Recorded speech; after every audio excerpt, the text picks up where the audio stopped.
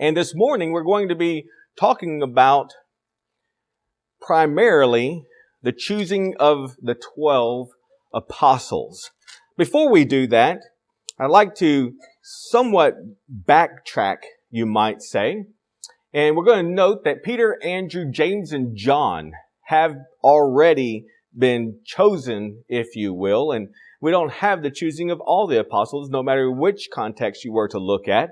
But if you'll notice over in Mark chapter 1, verses 16 through verse 20, this is where you would find that Simon, it says, which his name was, or he was called Peter by Jesus. But you have Simon and Andrew, those are brothers. And then James and John are brothers, the sons of Zebedee. And we would see that in verse 19 and 20.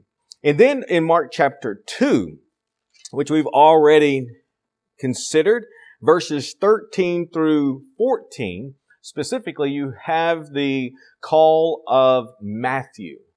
And so those are the 5 individuals that have been chosen thus far in our narrative of Mark. And so it brings us to our first point, as you can see on the slide, in Mark chapter 3, verses 7 through 12. We're not going to spend a lot of time on this. I thought about bringing a lesson on this alone, but there's really no need. And so let's go ahead and we'll pick up in our context. Of course, there is the controversy that we covered last week of Jesus working on the Sabbath because he's walking by a field and he and his disciples pull some grain off of the head and rub it in their hands, blow away the chaff and eat some. And they're, oh, you're working. They didn't pull out the sickle. They had every right to do what they were doing. They grabbed a snack on the way somewhere else because they're so busy they don't even have time to eat. We'll deal with that as we go through the rest of the context. And then we see that Jesus intentionally, knowing that this man has a withered hand and that it is the Sabbath, they're watching him intently. Is he going to heal on the Sabbath just so they can find fault? Of course, the fact that he's healing someone just goes right over the top of their heads, and you just wonder, what in the world? What are they thinking? And it's just amazing that Jesus didn't bang his head against the wall and, just give up, because of so many times. And it's just the beginning, because we see in verse 6 that we covered last week also, then the Pharisees went out and immediately plotted with the Herodians, which they typically would not have anything to do with, these Jews who have taken on speaking Greek and even living like the Greeks, if you will. But they plot against Jesus, how they might destroy him. And so now in Mark chapter 3 and verse 7, but Jesus withdrew with his disciples to the sea, and a great multitude from Galilee followed him, and from Judea and Jerusalem and Idumea and beyond the Jordan, and those from Tyre and Sidon, a great multitude, when they heard how many things he was doing, came to him. And of course, that's the miracles, signs, the wonders, and so on. In verse 9, and he told his disciples that a small boat should be kept ready for him because of the multitude, lest they should crush him. That's the masses that are pressing against him, you might say, for he healed many, so that as many as had afflictions pressed about him to touch him. And so we'll get to it, but remember the woman who had the issue of blood. And so she thought to herself, if she could just touch the hem of his garment, she would be healed. And she does. And Jesus turns around and says, who touched me? Remember, his disciples are like, who touched you?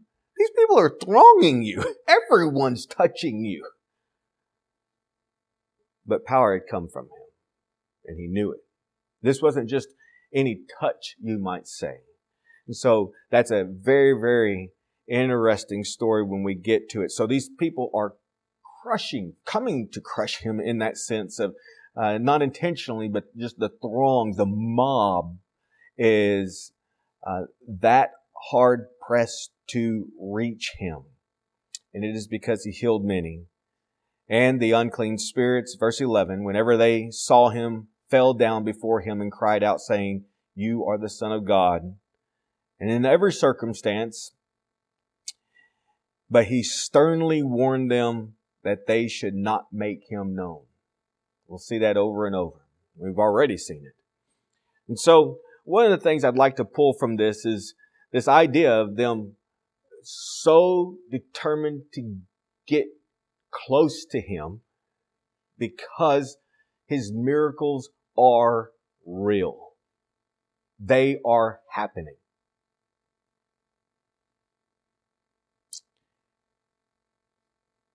It says, so that as many as had afflictions pressed about him to touch him. We'll come across these miracles, and you'll hear me say this on a few occasions, and I'll say it now. That the TV evangelists and those who are the faith healers of our day, if they were true, I guarantee you, they would be pressed about. Their lives would be in danger. There would be security, if you will. And it would be no joke. It would be no hoax. It would be the real deal. And that's what's happening when it comes to Jesus. Many of those who you can look at outwardly know they have MS. There's something about them. There is no back pain. It is evident what their problem is, are always put off to the side. They are never brought on stage. But Jesus was one of those who was willing to allow those to come to him. He went to others. We've already seen it in regard to after Jesus heals Peter's mother-in-law. We see it when he's teaching and there's such a crowd to hear him that men have to break through the roof to let their friend down. And so, this is a real occurrence. These are real miracles. The blind see, the deaf speak. The deaf hear, the mute speaks. And people are raised from the dead.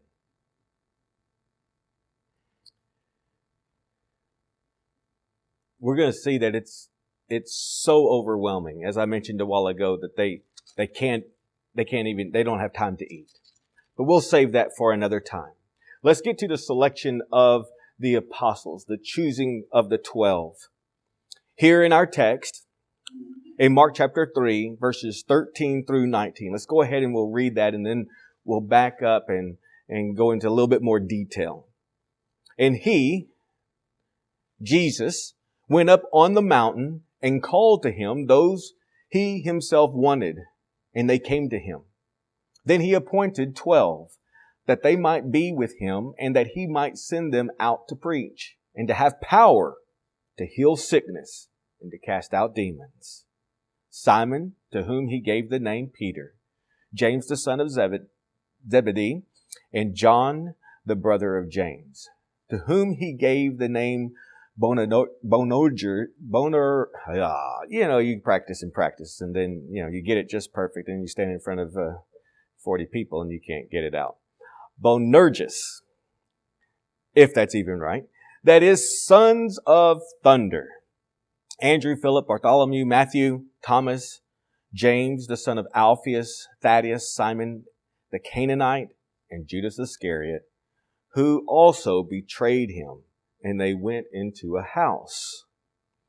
Now, it's not found in this context in Mark's account, but if you go over to Luke chapter 6, verses 12 and 13, you will find that Jesus does something prior to the choosing of these 12. Now, it came to pass in those days that he went out to the mountain to pray, and continued all night in prayer to God. I don't know if that means much to you, but that makes huge impact on me. And when it was day, he called his disciples to himself, and from them he chose 12, whom he also named apostles, and then it goes through the choosing. Jesus thought it necessary and beneficial to go and pray all night before he chooses his 12 apostles. I find that amazing. Is he God or not? Well, of course he's God. But it still seemed that he goes and seeks the counsel of his Father in the choosing of these men. There's certainly a large pool in which he can choose these 12 men. We hear of the 120 and so on. Of course, that could include women too, but certainly there were other individuals that could have been chosen. But this was a serious matter. When have you ever been a part of the choosing or the process of elders being appointed? When did the congregation as a whole, I mean, if it was good enough for Jesus, why wouldn't it be good enough for us to spend all night long praying about that? That's not our custom, you know. I would encourage you to take out time and go search the scriptures about how elders are chosen. And see if your experience in times past, choosing of elders, coincides with the scriptures. But that's for you to do at another time. Jesus saw the necessity. This isn't the only time that he prays all night. But it is certainly a time in which it is important, it's so important, that he prays all night. There are qualifications that these men must meet. We would see that over in Acts chapter 1. In Acts chapter 1, verses 21 and 22. Therefore, of these men who have accompanied us all the time, this is the replacement of Judas, that the Lord Jesus went in and out among us, beginning from the baptism of John to that day when he was taken up from us. One of these must become a witness with us of his resurrection. So the qualifications are that they had to begin with the baptism of John. I don't know for sure if they had to be disciples of John initially and then of Jesus, but certainly they had to be at the beginning of the ministry of Jesus. The ministry of Jesus began at the end, if you will, of John the Baptizer's ministry. So they kind of crisscross, if you will. And you remember we've already encountered that in chapter 1, where there are disciples that are leaving John and following Jesus. So that would be the first. And of course they had to be there through the ascension of Jesus back to the Father. And then the third is that they be witnesses of Christ's resurrection. You'd think it'd be the other way around on the number 2 and number 3, but nonetheless, that's the criteria by which these individuals must qualify. So who are these men? We won't go into great detail, and some of them we can't say hardly anything about. So let's first deal with their occupations.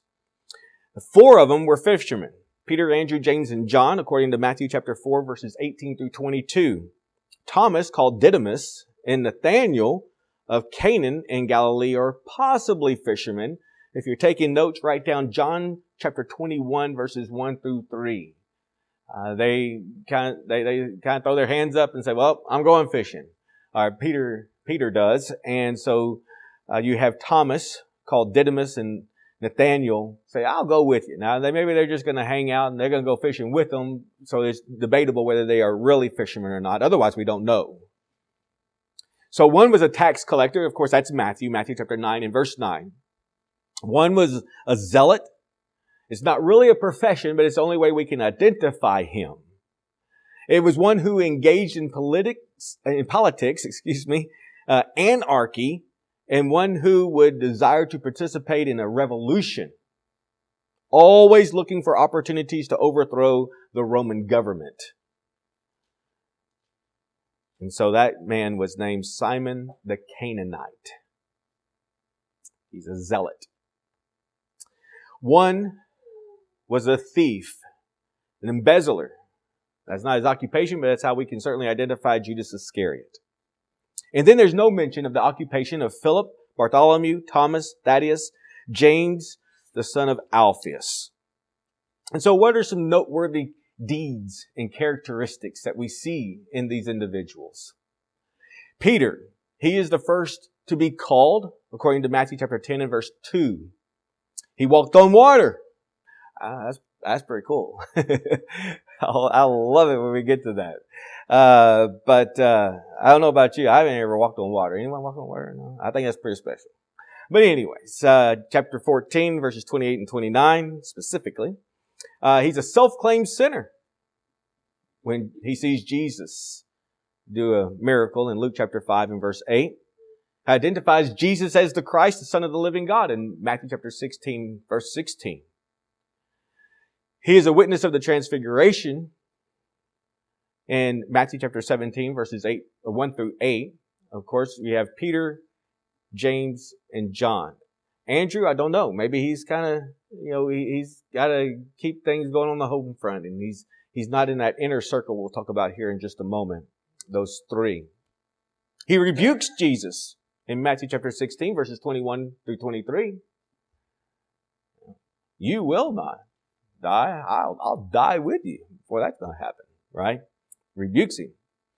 He's in the garden with Jesus in Matthew chapter 26, verses 36 through 46. He denies Jesus 3 times in Matthew chapter 26, verses 69 through 75. Andrew, he's the one who went and got Peter, his older brother, in John chapter 1, verses 35 through 42. He's asked by Jesus where they could buy bread to feed the 5,000 in John chapter 6, verses 5 through 7.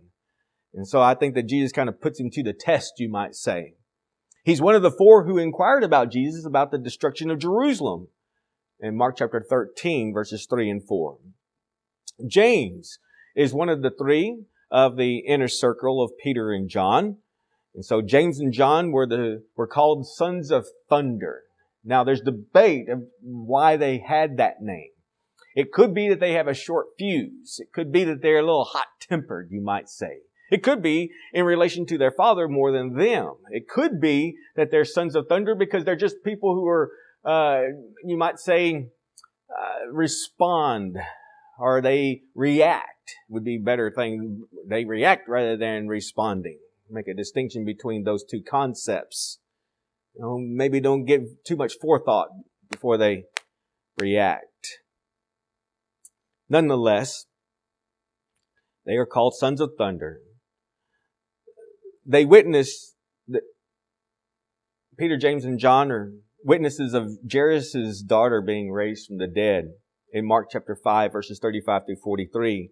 They witness Jesus' transfiguration in Mark chapter 9, verses 1 through 9. Of course, they're in the garden, Peter, James, and John. All 12 go to the gate, to the outside of the garden, and only those 3, Peter, James, and John, go with him into the garden, and then Jesus goes a stone's throw away and prays to the Father. So he's asked that he and his brother, John, could sit on either side. It's debatable. In one context, it seems like the mommy's asking for him, and then it seems like that they are asking for themselves. No doubt they're in this all together, you might say. But one wants to sit on one side of him, and the other when Jesus comes into his glory. The only martyrdom recorded in the New Testament in Acts chapter 12 and verse 2 is James, who dies by the sword. You can read Fox's books of martyrs, and they'll tell you, or he will tell you how they were all killed, or the strong possibility of this and that. We only know of one, and that is James, for sure.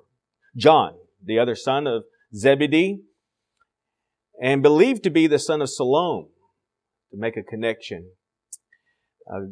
Mark chapter 3 and verse 17. He strongly believed to be a follower along with his brother James to be followers of John the Baptizer. If you're taking notes, definitely put this one down and go and research and see what you think. In John chapter 1, verses 35 through 42, it just says that there's two disciples. And so they are with John and then they follow Jesus after this encounter.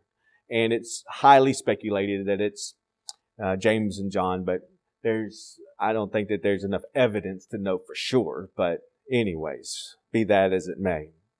All that is said of James is the same as John, his brother. They were fishermen.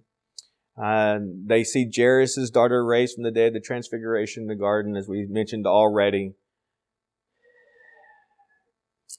John, along with Peter and James, seem to be pillars in the early church, according to Galatians chapter 2 and verse 9. And it is amazing that they are, if you will, taken out so quickly. Makes me think of Stephen and how he dies a martyr so early in the church when he was certainly very influential. John is the beloved. There's debate about this also, that is talking about another disciple. But John, in the Gospel of John, doesn't ever refer to himself. I conclude that he is referring to himself when he talks about the beloved of Jesus and so on, or the one whom Jesus loved, such as in John chapter 21 and verse 20. He's told by Jesus from the cross to take care of his mother. So we conclude that he does in John chapter 19, verses 26 and 27. The only apostle believed to die of natural causes. So Fox's Book of Martyrs would say. All the others died in stance of the gospel. That brings us to Philip. I know none are on the screen. You have to pay close attention or get the outline afterwards. He was from the same town as Peter and Andrew, Bethsaida, in Galilee, according to John chapter 1 and verse 44. Philip is the one who found Nathanael. That's noteworthy. John chapter 1 verses 43 through 46. The following day, Jesus wanted to go to Galilee, and he found Philip and said to him, "Follow me." Now Philip was from Bethsaida, the city of Andrew and Peter. Philip found Nathanael and said to him, "We have found him of whom Moses in the law and also the prophets wrote, Jesus of Nazareth, the son of Joseph." And Nathanael said to him, "Can anything good come out of Nazareth?" Philip said to him, "Come and see." So, just as a side note, that is how we reach those, to bring them to Christ, just the same as it is today, as it was then. Jesus tested Philip by feeding the 5,000. How are we going to feed them? In John chapter 6, verses 1 through 15. And Philip followed up on a request from the Greeks to see Jesus in John chapter 12, verses 20 and 22. Also, Philip requested that they see the Father. Remember, show us the Father and it'll be sufficient. In John chapter 14 and verse 8. And so, Jesus, his response is, have I not been with you so long and you have not seen the Father? When you see me, you see the Father. That reasoning going on. And of course, in verse 6, you have Jesus saying, "I am the way, the truth, and the life. No one comes unto the Father except by me." That brings us to Bartholomew. He is only listed as one of the apostles. So we do not know anything about Bartholomew. Matthew, also known as Levi, the son of Alphaeus. He was a publican, a tax collector, one of the most vile professions at the time. We've already talked about tax collectors in some detail. Other than throwing a feast for Jesus in Luke chapter 5 and verse 29, and also found in Mark chapter 2 and verse 15, little else is known about of Matthew. Which brings us to Thomas. Thomas is the one who said, Lord, we do not know where you are going, and how can we know the way? In John chapter 14 and verse 5. And Jesus' response is, I am the way, the truth, and the life. No one comes into the Father except by me. We know that verse, and so we're reminded that Thomas is the one saying, we don't know where you're going. How are we going to know the way? That questioning. But what is he known most for? Of course, that's doubting Thomas. Poor guy. John chapter 20, verses 26 through 29. I don't like referring to Thomas as doubting Thomas.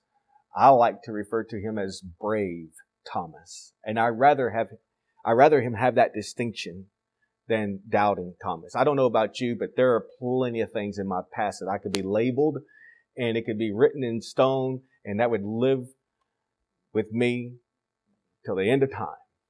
And poor Thomas, it is in writing till the end of time.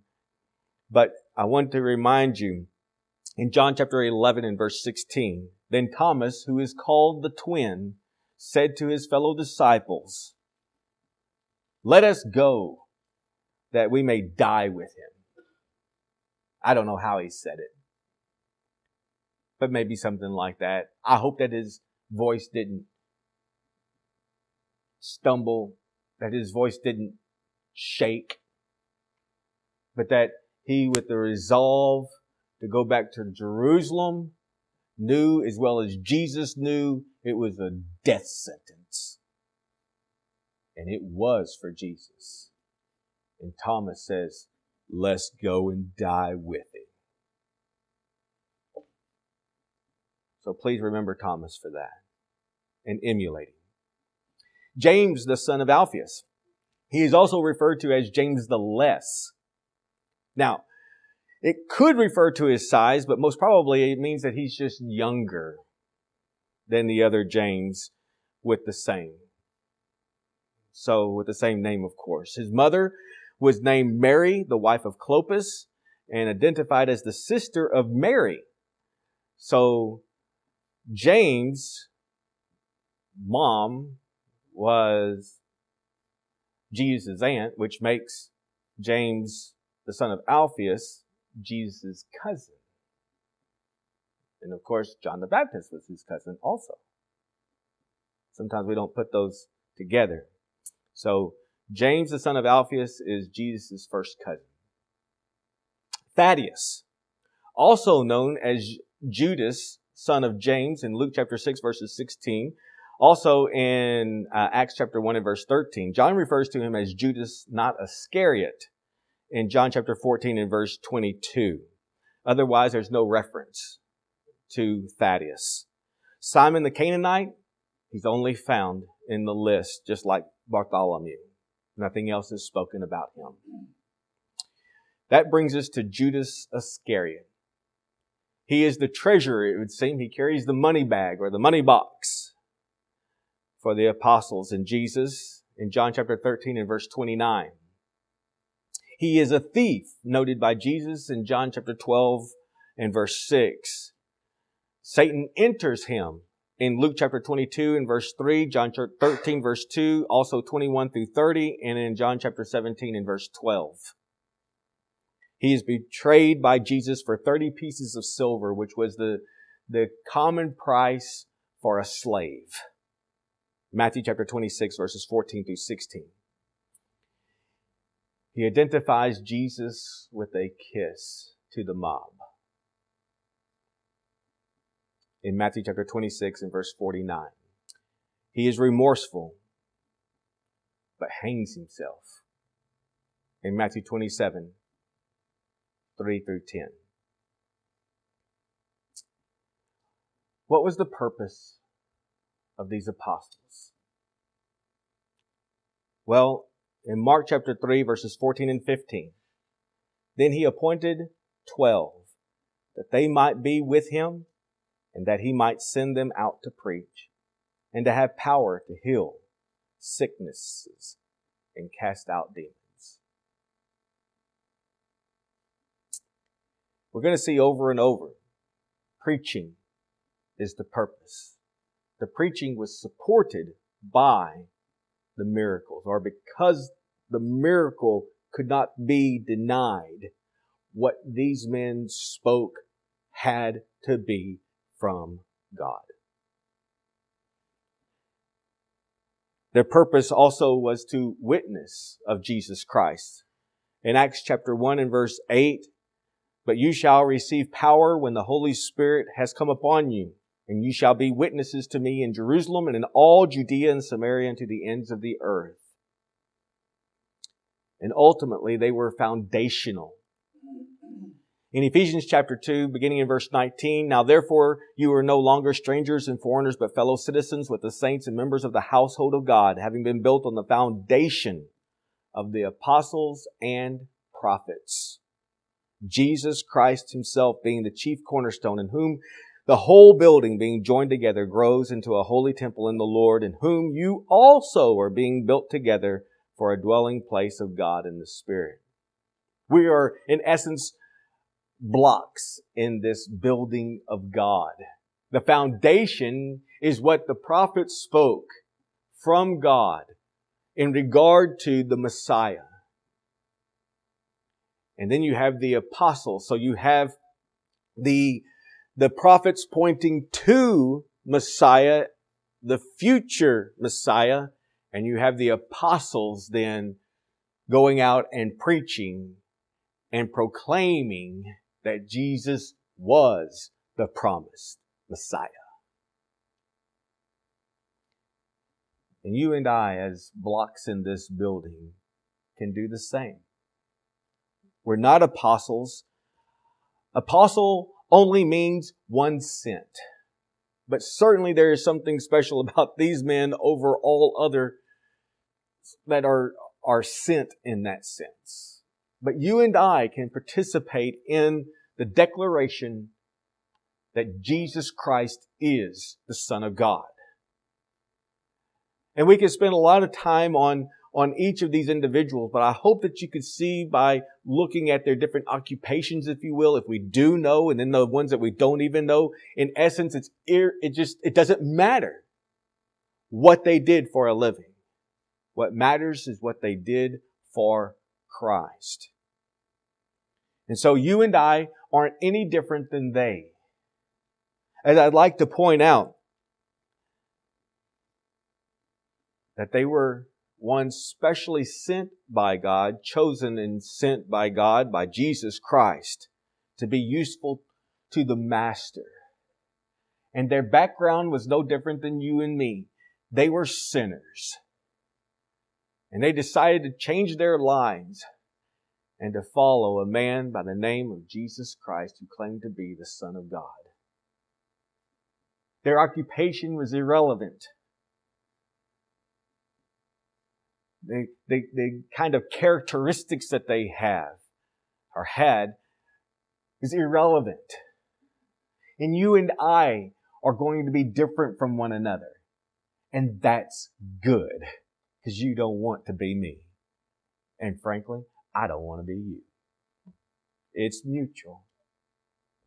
Because we are who we are.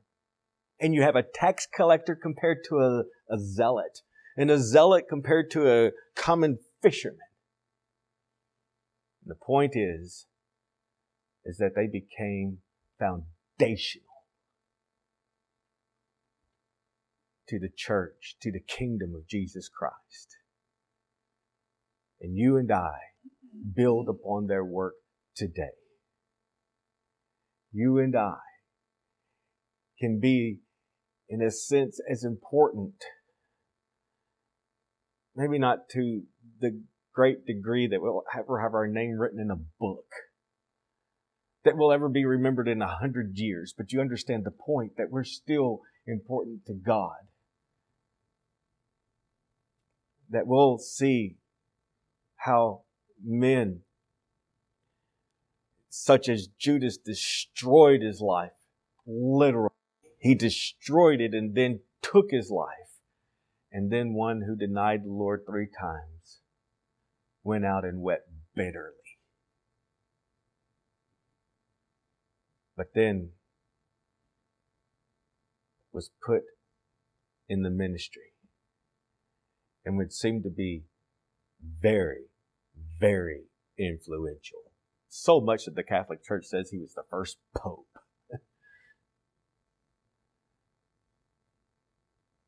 I don't believe, of course, that's the case. I'm just saying,